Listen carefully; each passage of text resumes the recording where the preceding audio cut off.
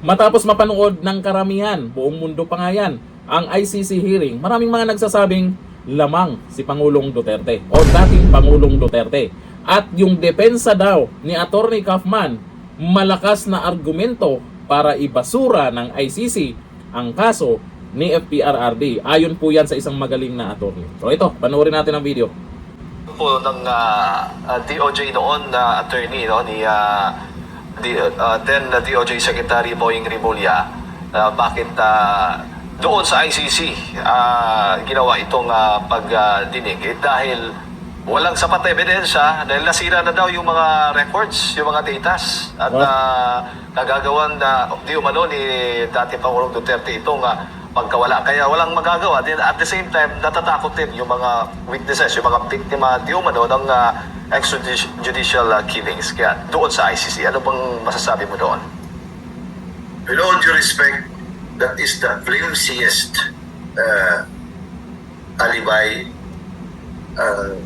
comical na explanation. Talagang insult our intelligence. Paano ba tayo maniniwala? Ibig sabihin, idala natin si President Duterte doon at saka maghanap pa tayo ng ebidensya. What kind of thinking is that? So, talagang justice has to be served. I don't know how can we be able to get out from this quagmire as a country. Paano natin, how can we correct this historical injustice na nangyari ngayon? Sa presentasyon, be able to be as a sovereign nation. Mahirap i-reconcile yan kasama Jay. opo. Doon sa presentation po ni Attorney Kaufman, pinakita niya po yung datos na nasa 3% lang daw ang mga nasawi sa drug war at 97% yung mga naaresto. Attorney, ano bang masasabi mo dito? 3% lang yung mga nasawi dahil sa drug operations at 97% yung mga naaresto sa anti-drug operations. That is the strongest argument to dismiss the case. Correct. That shows na there is no widespread at systematic killing. Kaya, kaya ito, with this number of alleged deaths, how can we bring this case to a foreign tribunal na whose jurisdiction is about crimes against humanity? And you can just imagine what happened to Milosevic in Yugoslavia. Na lahat, walang pinipili. Pinapatay na because of race, because of religious belief. Pareho kay Hitler. Walang pinipili. Basta mga Hudyo, papatayin. Nangyari yan sa atin. Meron bang ganon? Kaya na, mahirap talaga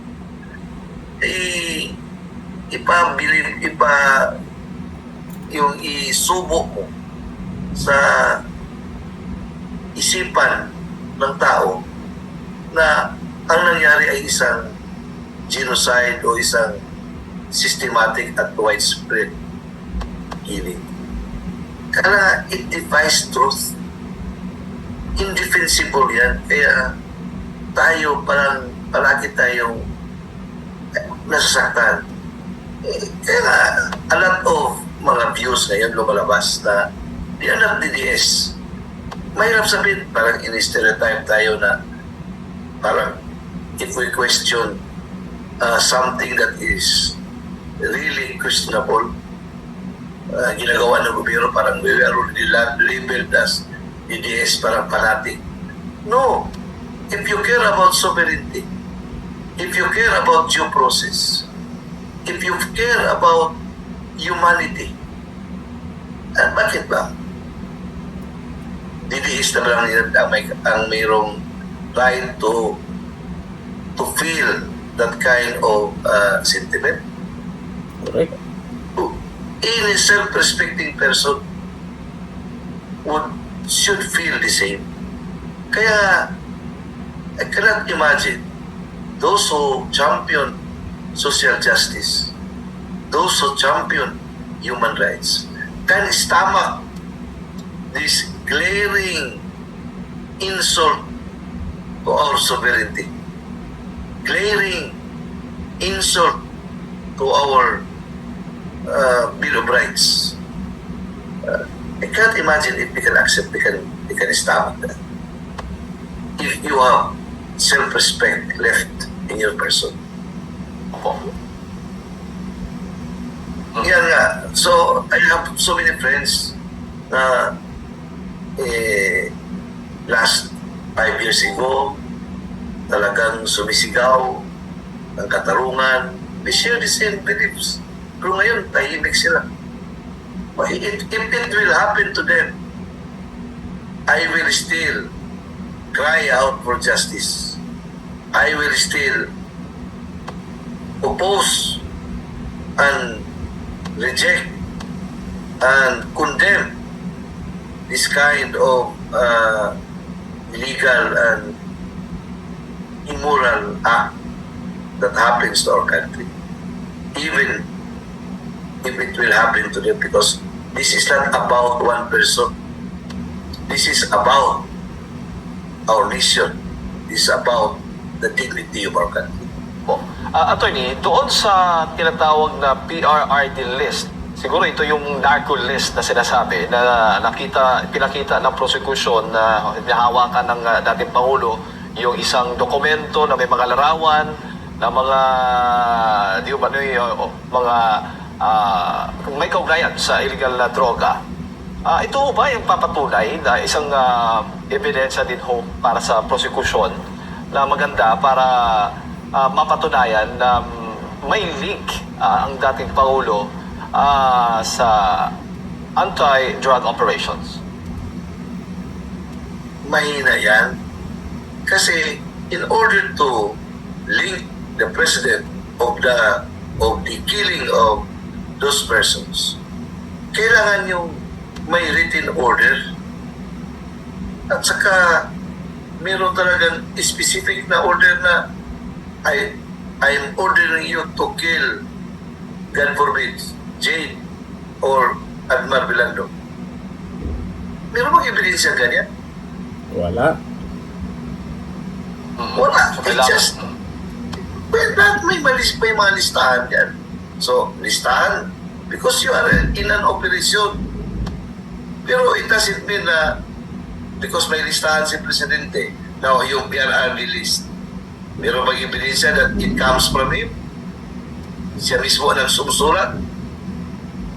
May listahan. May listahan nga sa utang. No, manood naman natin yung ICC hearing. Sana itong mga ICC judges ay magiging patas at sana hindi totoo yung mga sinasabi nilang mali-maleta daw sa ICC investigator. Sana hindi totoo po 'yun.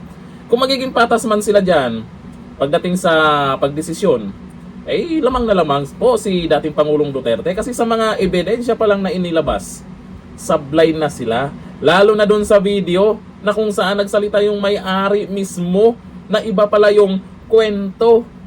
Gawa-gawa lang nila yung kwento sa laman ng video na yon, tapos ay hindi pa buo yung video na inilabas dyan sa ICC hearing, dun pa lang sablay na sila.